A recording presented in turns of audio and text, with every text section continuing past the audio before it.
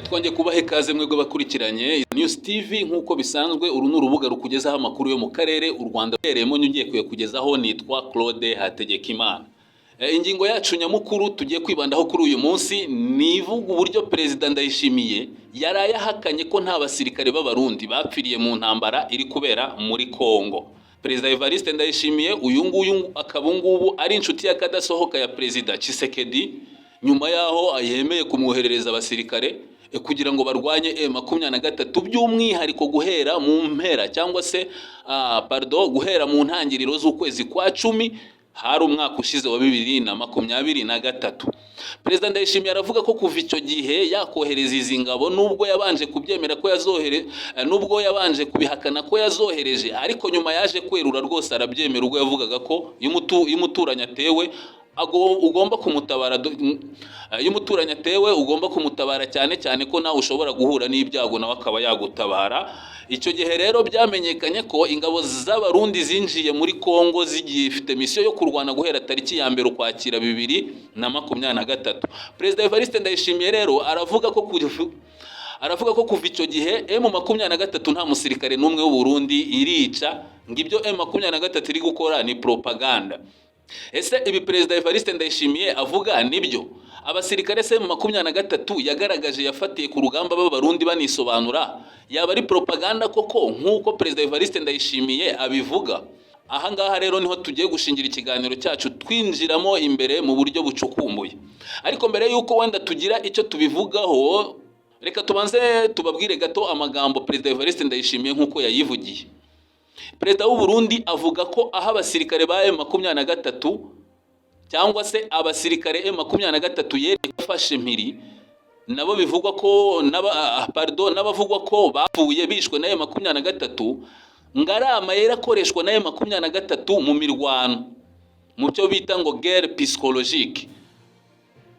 Perezida Evariste Ndayishimiye yabwiye abarundi n'abanyamahanga ko umutwe wa M23 abo basirikare iheruka kwerekana ko yafashe ari abo mu mutwe wa Intambara urwanya leta y'u Burundi wagiye kwifatanya ngo na M23. Aha ngaha Perezida Evariste Ndayishimiye zimwe mu mpamvu atanga agaragaza ko ngo yohereje abasirikare be gufasha igisirikare cya Congo harimo ngo no kuba muri M23 hari abarwanyi ba Intambara ngo bari kuyifasha. Perezida Evariste Ndayishimiye kandi yakomeje ashimangira avuga ko ayo makuru y'abasirikare bapfiriye mu ntambara iri kubera muri Repubulika ya Demokarasi ya Congo ari abantu bagomba kwivanga mu bya gisirikare cy'u Burundi nta burenganzira babifitiye. Hano akagaragaza ko ngo ni abantu bivanga mu makuru y'igisirikare cy'u Burundi nta bantu babifitiye, ubwo ngo nibo bayashyira hanze. Gusa imiryango y'ababuriye ababo muri iyi mirwano iri kubera muri Congo, ubwo ni imirwano y'aba basirikare b'abarundi bari mu marira n'agahinda bidasanzwe nyuma yo kumva aya magambo y'umukuru w'igihugu cy'u Burundi. Ariko noneho hano nyuma yo kumva aya magambo ya Perezida Evariste Ndayishimiye ahakana ko nta basirikare b'abarundi bari kugwa mu mirwano cyangwa nta n'umwe uraharwa, aya makuru yaba ariyo? Reka noneho dushake bimwe mu bimenyetso bifatika, ndetse hari ibyabereye i Burundi mu miryango y'abasirikare baguye muri Repubulika ya Demokarasi ya Congo, hari n'abafashwe, hari n'ibindi bimenyetso bigaragara. Ubwo Perezida w'u Burundi we aravuga ko nta basirikare baguyemo, ariko se byaba ari byo? Reka noneho tuze dushingira kuri ibi bimenyetso turebe koko niba ibyo Perezida Evariste Ndayishimiye avuga ari ukuri. Ubundi mbere gato kugira ngo Perezida Evariste Ndayishimiye yohereza abasirikare bo gufasha FARDC kurwanya M23 babanje guhurira nako Perezida Evariste Ndayishimiye yabanje kugira urugendo rw'akazi i Kinshasa agirana ibiganiro bisa nk'ibyabaye ibanga, ariko mu nyuma biza kumenyekana ko bagiranye amasezerano y'ubufatanye mu bwa gisirikare. Hari amakuru rero yagiye hanze icyo gihe Perezida Evariste Ndayishimiye yabwiye Tshisekedi ko we ari generale ndetse ko iby'intambara bimenyereye, ndetse ngo n'utuntu twe bwose. Uwe icyo gihe yerekaga Perezida Tshisekedi ko iby'intambara ari utuntu twe, ariko kuva ingabo z'u Burundi zacakirana na M23 havugwa imiborogo mu gihugu cy'u Burundi kimaze gupfusha abasirikare benshi abandi bagahunga urugamba. Ibi byagiye bigaragara, aya makuru yagiye ashyirwa hanze n'imiryango y'aba basirikare b'i Burundi bataka bavuga ko abantu babo bari gupfa kandi nta mpuzamarira bari guhabwa. Kubera iyo mpamvu ubuyobozi bw'ingabo zo mu Burundi bumaze gusimbuza ukuriye ingabo zabwo muri Congo inshuro 3 mu mezi 6, bizeye ko impinduka mu buyobozi hari icyo biri butange. Aya ni amakuru yagiye ajya hanze, ndetse na bimwe mu binyamakuru birimo Rwanda Tribune bikaba byarashize aya makuru hanze, n'ibindi binyamakuru nka SOS Media byo mu Burundi bikaba byarashize aya makuru hanze, ikinyamakuru RPA kikaba cyarashize aya makuru hanze, cyane cyane ko ibi binyamakuru by'u Burundi byo bifite nuko biganira n'abantu bo muri iyo miryango na bamwe mu basirikare b'u Burundi ariko badashaka kwivuga amazina. Ikindi nuko kuva Burundi bwakwinjira mu ntambara, ingabo za mbere z'u Burundi zagiye kurwana na M23 zari ziyobowe n'uwitwa Koloneli Haringanji kugeza mu Gushyingo 2023, akaba yaramaze amezi abiri gusa ayoboye izo ngabo. Gusa izi ngabo z'u Burundi zigitangira imirwano M23 nako izi ngabo z'u Burundi zigitangira imirwano na M23 zabanje guhura n'ikibatsi cya M23, maze uwari uyoboye izi ngabo zateye M23 ari we Major Ernest Gashirahamwe ahasiga ubuzima, ashingurwa mu cyubahiro i Bujumbura. Hari amashusho yagaragaye Major Ernest Gashirahamwe i Bujumbura bari kumukorera misa yo kumusezeraho bwa nyuma. Andi makuru aturuka mu miryango yakavuga ko yaguye muri Congo. Ayo mafoto yagaragaye bwa mbere ari ku rugamba mu burasirazuba bwa Congo, umurambo ugaragazwa yishwe. Uyu nguyu ni umwe mu basirikare ba mbere bakomeye b'u Burundi baguye mu mirwano, ariko Perezida Evariste Ndayishimiye wakabihakana. Kandi hano nanone abantu bakibaza ati se kuva ingabo z'u Burundi zatangira kurwana na M23 byahereye cyane cyane muri Kicanga hari ingabo z'u Burundi, muri Kirorirwa hari ingabo z'u Burundi, ku musozi wa Kicwa hari ingabo z'u Burundi, ku Nturo hari ingabo z'u Burundi, Mushake hari ingabo z'u Burundi, Karuba hari ingabo z'u Burundi, ejo bundi ku musozi wa Muremure mu 23 hari ingabo z'u Burundi. Birashoboka ko iyo mirwano yose yaba M23 yambura abarundi utwo duce nta musirikare w'u Burundi wahaguye. Ariho benshi bavuga ngo Perezida Evariste Ndayishimiye yaba ari kuyobya uburari, cyangwa se cyane cyane ko abarundi bamaze iminsi bamwotsa igitutu agaragaza ko nta kibazo ingabo ze ziri guhurira mu burasirazuba bwa Congo, kandi andi makuru avuga ko ziri gupfa ku bwinshi. Reka dukomeze n'ibimenyetso. Uyu Koloneli Haringanji yahise asimburwa na Koloneli Kanyamahanga, nawe wahuye n'uruva gusenya ubwo abasirikare be yarayoboye bafite ipeti rya majoro basigaga ubuzima muri iyo mirwano, ndetse n'abandi basirikare bato bahise nako ubwo abasirikare yarayoboye bahasigaga ubuzima ku bwinshi.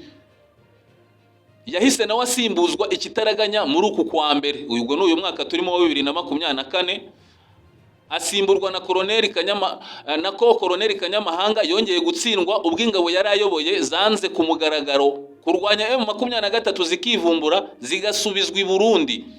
Ubu bose bakaba bafunze. Aba basirikare twibukiranye ko ni muri cya gihe 23 yari maje gufata amambo y'abarundi, bivuga ko 23 yabakozemo. Hari amakuru yagiye hanze avuga ko basabye gutaha, ariko bakimwa indege ibacyura, bahitamo kugenda n'amaguru baca za Minova, ariko bageze mu nzira imodoka ziraza zirabafata zibajyana i Burundi. Amakuru yatangajwe n'ibinyamakuru bimo za RPA za SOS Media Burundi zikora amacukura acukumbuye agendanye n'u Burundi yashizwe hanze n'ibi binyamakuru avuga ko aba basirikare bose bafunzwe, kuko kugeza ubu nta uzi aho bafungiwe kuko imiryango yabo yarababuze.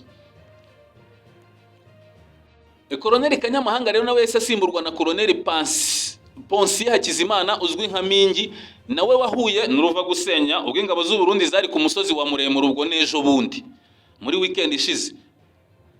Aba bacungaga inzira ihuza Goma na Bukavu, ariko nkuko twabibabwiye bari no ku musozi wa Muremure kuko ari wo strategique mu gucinga iyo nzira. M23 yarawubambuye, kandi amakuru ariho nuko muhagaragaye imirambo igera kuri 30 y'abarundi ingabo zitabashije kwirukankana, ariko uziko mu rugamba hari abapfa bakabashwa guhungishwa, ariko hari n'ababura uko bahungishwa imirambo yabo umwanzi akayisanga aho ngaho. Amakuru yagiye hanze nuko ku musozi wa Muremure hapfuye abasirikare, nako hagaragaye abasirikare 34 b'abarundi,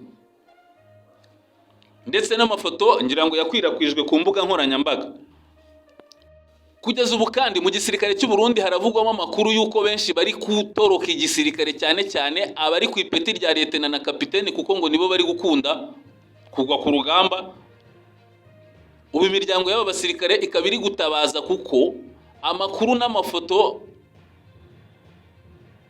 bikwirakwizwa baba basirikare iyi miryango irayibona, bigatuma ndetse iyi miryango ikaba yamaze gutangaza amazina y'abasirikare baguye ku musozi wa Muremure ababa Barundi tariki ya 28 Mutarama 2024, aribo tugiye kubagezaho nubwo Perezida Evariste Ndayishimiye wabihakana. Uwa mbere hari Capitaine Ephraim Niragira uvuka ku mutumba wa Gisanze muri komine y'intara ya Bururi. Hari Ajida Major Alex Gahitira ufite matricule SSC ijana SI 1454, uyu akaba avuka mu mutumba wa Kanka muri komine Bisoro mu ntara ya Mwaro. Hari kandi Sergeant Prosper Nininahazwe, uyu afite matricule 82-756, akaba avuka ku mutumba wa Cyamizi muri komine Matongo mu ntara ya Kayanza. Hari uwitwa Caporal Chef Jean Marie Maniratanga afite matricule HR 16-256, avuka mu mutumba wa Gatsinga muri komine Ndava mu ntara ya Mwaro. Hari Caporal Chef Charité Shimurukuzi ufite nimero matricule HR 16-177, uyu akaba avuka mu mutumba Mubuga muri komine Mbuye mu ntara ya Muramvya. Hari kandi Kaporari Chef Jacques Nyandwi afite nimero matricule HR 21-733, avuka ku mutumba wa Gahongore muri komine y'intara ya Bubanza. Hari Kaporari Chef Policharpe Nzisabira afite matricule HR 22-828, avuka mu mutumba wa Mbonza muri komine Kanyosha mu ntara ya Bujumbura. Hari Premier Class Leonce Nibigira matricule HR 28-289, avuka ku mutumba wa Gitaramuka muri komine Mugamba mu ntara ya Bururi. Hari Premier Class Desire Nduwimana afite nimero matricule HR 29-931, avuka mu mutumba wa Gitaba muri komine y'intara ya Rutama. Hari Premier Class Jean Marie Nsabimana afite matricule HR 25-728, avuka ku mutumba wa Runyonza muri komine y'intara ya Kirundo. Premier Class Cedric Nsengimana nimero matricule HR 25-743, avuka mu mutumba wa Nyamugari muri komine Buhiga mu ntara ya Karusi. Hari Premier Class Audace Nigombeye afite nimero matricule 27-065, avuka ku mutumba wa Mburi muri komine Gisagara mu ntara ya Cyunzo. Aya ni amazina y'abasirikare b'Abarundi baguye mu mirwano na M23, ndetse imiryango yabo niyo yashira hanze nk'uko ibinyamakuru byo mu Burundi bikora inkuru zicukumbuye bibigaragaza. Aha ngaha rero ukibaza, Perezida Evariste Ndayishimiye kuvuga ko ingabo ze zitari kugwa muri Congo, ese bihuye n'ukuri ushingiye ku bimenyetso nyine tugaragaje haruguru? Ubundi se birashoboka ko ushobora kujya mu ntambara n'umutwe wa M23, kandi uyu mutwe nubwo wenda uhanganye n'ihuriro rikomeye, nawo ntago ari umutwe woroshye? Ushobora gute kumara amezi arenga 6 uri mu mirwano n'uyu mutwe utarapfusha abasirikare? Aho ngaho niho benshi bibaza bakavuga ati iyi ni political mind game ya Perezida Evariste Ndayishimiye, bitewe nuko muri iyi minsi imiryango y'aba basirikare iri kotsa igitutu guverinoma y'u Burundi iyisaba kuyiha ibisobanuro ku mpamvu iri kohereza abasirikare. Hari kandi n'ikindi kibazo kiriho mu mugambwe uri ku butegetsi CNDD-FDD, ubu ngubu bivugwa ko utarimo guhuza by'umwihariko ku bari ku butegetsi. Perezida Evariste Ndayishimiye bikavugwa ko atabanye neza n'umuyobozi wa CNDD-FDD, cyane cyane harimo n'ingingo yo kohereza abasirikare muri Repubulika ya Demokarasi ya Congo, ariko hakiyongeraho n'ikindi kibazo cya Legio mu Bunyoni. Bivugwa ko uyu muyobozi w'ishyaka CNDD-FDD ashigikiye Alex Guillaume Bunyoni, cyangwa se atemera uburyo Perezida Ndayishimiye yafunze Alex Guillaume Bunyoni, mu gihe Perezida Evariste Ndayishimiye n'abandi bamushigikiye bo batsimbaraye ku gufunga Alex Guillaume Bunyoni no kohereza abarwanyi cyangwa se abasirikare gufasha FARDC. Nuko bimeze mu gihugu cy'u Burundi. Ibyo ni byatangajwe na Perezida Evariste Ndayishimiye, ariko abandi bakagaragaza ibimenyetso bavuga ko ari mind game yaba arimo. Aya makuru rero turacyakomereza mu burasirazuba bwa Congo. Noneho ubu FARDC n'ingabo za SADC banogeje uburyo bushya bwo kurwanya M23 burimo kurwanisha abasirikare bagera ku bihumbi 100. Rero ukibaza niba ubu buryo buri gushyirwaho koko buri gutegurwa, M23 ifite abasirikare batageze ku bihumbi 10 izabasha guhangana n'aba basirikare ibihumbi 100 bo muri SADC b'abarundi b'abatanzania wazalendo FDLR. Ibi ngibi bizashoboka. Ibi nibyo kwibaza, ariko reka tujye kuri uyu mugambi nyine uko uteye.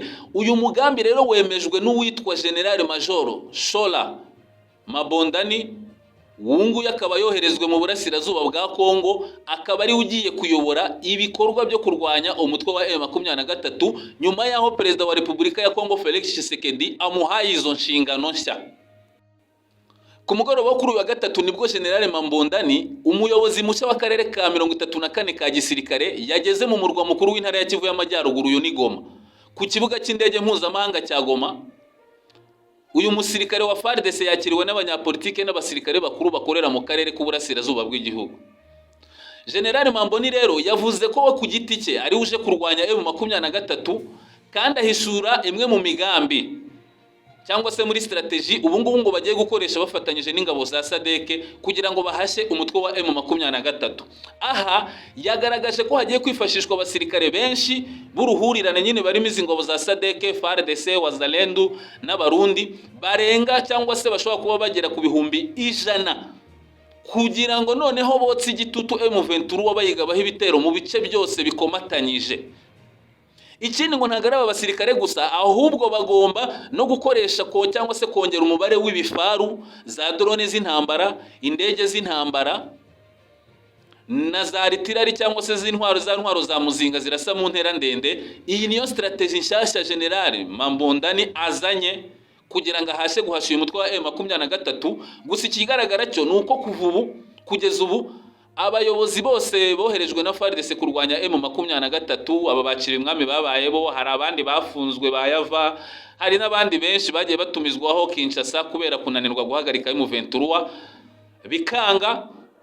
Kuri ubu rero General Mabondani we aje avuze ko afite mission nshya yo gukoresha abasirikare bagera ku bihumbi 100 afatanyije na SADC, ibifaru bikikuba inshuro nyinshi, indege zikikuba inshuro nyinshi, drone zikikuba inshuro nyinshi kugira babashe guhangamura umutwe wa M23. Ese ibi ngibi avuga baraza kubigeraho? M23 se yo mu gihe byagenda gutya yabasha gukora resistance? Gusa ndi makuru avuga ko M23 nayo iticaye ubusa kuko iri kongera effectif y'abarwanyi kugira ngo ihashe guhanganya, kugira ngo ibashe guhangana n'iri huriro ry'abasirikare bangana gutya. Kandi andi makuru akavugwa ko M23 irimo irabona na izindi ntwaro. Hari amakuru nakugejejeho kare mu kiganiro cya mbere nkubwira uburyo hari no kuvuga ko uyu Uganda ishobora kubiri koherereza M23 abasirikare n'intwaro nyuma yaho SADC igaragaza ko igiye kurwanya M23, kandi Uganda ikaba yaragaragaje ko yumva icyo M23 irwanira, ikaba yari ifite ingabo mu ngabo za EAC. Izi ngabo za EAC zirukanwe na guverinoma ya Kinshasa, ariko bitashimishije bamwe mu bayobozi bo muri uyu muryango. Noneho bikavugwa ko ubu Uganda nayo yaba yatangiye kohereza M23 ibikoresho n'intwaro. Guverinoma ya Congo yo ikunze kubigereka ku Rwanda, ariko kuri iyi nshuro Uganda nayo ikaba irimo iravugwa. Na rero dusoreje aya makuru acukumbuye, njyewe yabagezaga undi Claude Hategekimana hano ku Izuba News TV, tubasaba gukora like, share na subscribe kugira ngo ibiganiro byacu bijye bibasha kubagereraho igihe. Cyaho dusubire mu makuru y'ubutaha.